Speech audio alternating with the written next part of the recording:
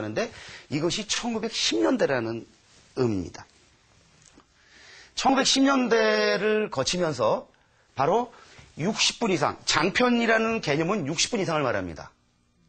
60분 이상을 얘기합니다. 보통 이제 우리가 영화를 얘기할 때 중편, 40분에서 60분까지를 중편, 40분 미만을 단편으로 보통 규정하고요. 장편은 60분 이상을 얘기합니다. 그래서 1시간 반에서 2시간은 다른 분야의 엔터테인먼트도 그것이 관객들이 지루하지 않으면서 즐길 수 있는 시간이기 때문에 영화도 그렇게 굳혀진 거예요. 그래서 2시간 넘으면은 상당히 저항을 받아죠, 상업적으로. 이 관행이 바로 1910년대 이루어지는 건데, 바로 장편 국영화가 규범화되고, 그에 따라서 뭐예요? 장편화되니까 뭐가 필요합니까? 이야기가 필요한 거죠. 스토리가 필요한 거죠. 그리고 스토리를 짜야죠. 그 스토리를 짠 것이 뭡니까? 그것이 플롯이죠. 여러분 기억해 두세요.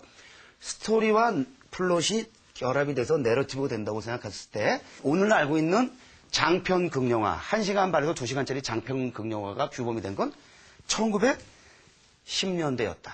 그 사이에 1분에서부터 5분, 10분, 15분, 20분, 30분 이러면서 1시간 반까지 가는 거예요.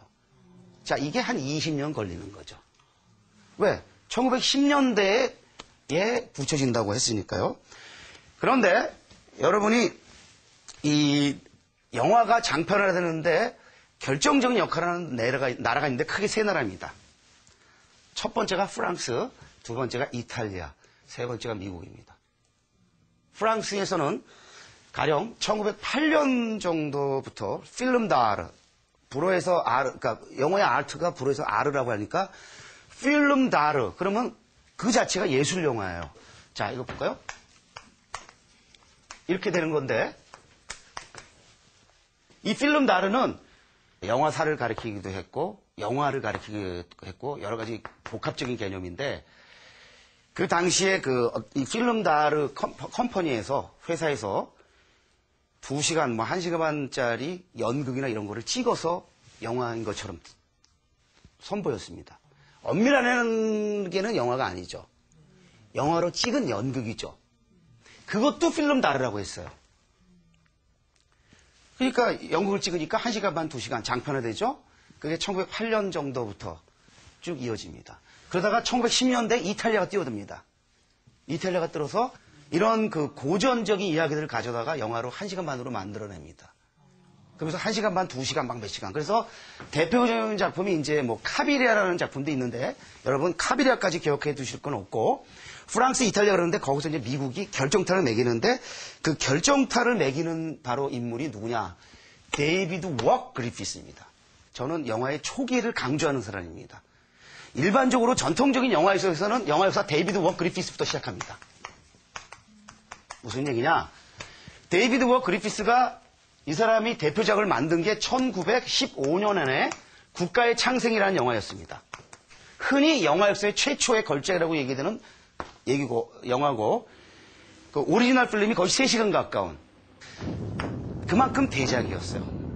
그래서 이 영화에서 아까 말씀드린 내러티브 스타일이 완전히 확립되고, 장편 극영화의 대표적인 작품이 되고, 그리고 이 영화가 1939년 바람과 함께 사라지다가 나올 때까지 세계 영화 역사상 가장 큰 성공을 거둔 박스오피스 1위에 그 당시 아바타였어요. 자, 1915년부터 1939년 24년 동안 그때 아바타였어요. 이 영화 나오기 전까지 그때 아바타가 뭐냐? 아까 말한 대열차강도입니다. 그래서 그 영화들을 기억해 두셔야 된다는 거예요. 그런 영화들이 바로 뭐예요? 기념비적 영화인 거죠. 바로 우리로 치면 괴물. 이런 영화입니다. 그러니까 바로 국가의 창생이 그때 당시에 괴물이었고 지금의 아바타입니다. 그리고 이 영화는 이제 사실은 영화 역사 이제 들어가 보면요. 이 영화 설명하느라고 수십 페이지를 할애하고 합니다. 그래서 저는 이제 그런 거에 반기를 드는 사람이고, 이 사람을 위대한 감독이라고 보지 않는 사람 중에 한 명입니다. 근데 어쨌든 지금 중요한 게 그것이 아니고, 바로 데이비드 그리피스의 이 영화가 나오면서 오늘날 우리가 알고 있는 내러티브 장편 극영화의 전범이 만들어지고, 지금 여러분이 보는 그 헐리우드를 비롯한 주류 내러티브는 전부 이 영화의 영향을 받았다도 과언이 아닙니다. 그래서 사실 이 영화를 기억해 둬야 되는데, 근데 이 영화는 굉장히 큰 논란을 일으킵니다. 여기 이제 인종차별적인 사실은 영화거든요. 저희 감독이 제가 볼 때 인종차별주의자고, 극보수주의자였고, 낭만주의자였는데, 그래서 그 다음에 이제 만든 영화가 1916년에 인톨러런스, 불관용이라는 인톨러런스 영화인데, 사실 이제 그 영화 그냥 제목만 알아두고 넘어가도록 하겠고요. 여기서 여러분 기억해 두실 건 1차 세계대전입니다. 자, 1차 세계대전 이전까지는 영화 역사의 최강 산업국 어디였다고요? 프랑스였습니다. 그리고 뭐 덴마크, 독일, 영국 등등이었습니다. 미국과 더불어. 그러나 미국이 첫 번째 나라 아니었습니다. 1차 세계대전을 기점으로 미국이 바로 영화 산업의 헤게모니를 장악하죠.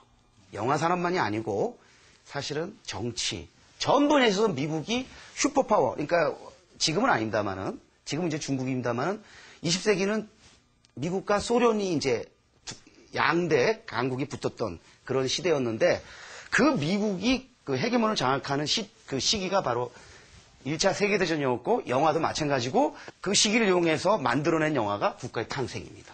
자, 그리고 1910년대 말에는 다시 한번 얘기합니다만, 이렇게 미국이 헤게몬을 장악하고 치고 올라오니까, 자, 항상 거기에 누군가 도전을 하기 마련이죠. 그럼 오늘날도 마찬가지입니다. 그래서 대두된 개념이 뭐냐면 바로 내셔널 시네마라는 개념입니다. 뭐라고요? 내셔널 시네마. 이걸 내셔널 시네마로 옮기면 어떻게 되죠? 국가영화, 민족영화라고 옮겨지겠죠. 그냥 직역하면. 그러나 내셔널 시네마는 국가영화나 민족영화가 아닙니다. 왜? 민족영화나 국가영화는 민족적 세체가 짙은 영화, 국가적 세체가 짙은 영화를 가리키는 거겠죠. 우리가 민족영화, 국가영화 하면. 그러나 내셔널 시네마는 그런 개념이 아니라 해당 그 나라의 영화를 말하는 겁니다. 그래서 그 옥스퍼드 세계영화사 번역서에서는 각국영화라고 옮겼고요. 저는 자국영화라고 옮기고 싶습니다. 자국영화. 가령 한국영화가 우리 내셔널 시네마인데, 한국영화에서 민족적 세체 짙고 국가적 세체 짙은 영화 몇 편이나 있겠어요. 그래서 민족영화나 국가영화로 옮기면은 좀 곤란하지 않겠느냐 싶어서 저는 그냥 내셔널 시네마로 씁니다. 여러분, 요거를 기억해 두시고 1920년대 넘어가서 이제 마무리 짓도록 하겠습니다. 첫 번째 강. 자, 내셔널 시네마의 첫 번째 나라는 뭐 덴마크를 얘기하기도 합니다만은 일반적으로 독일을 말합니다. 자, 1차 세계대전 1914년부터 19년까지 패전국 중 하나 독일이죠. 독일이 패전국에도 불구하고 1920년대 내내 1933년 히틀러에 의해서 히틀러의 나치즘이 정권을 장악하기 전까지 약 13, 14년 동안 그 당시에 헐리우드에 의해서 세계 제2의 영화 강대국이 독일이었습니다.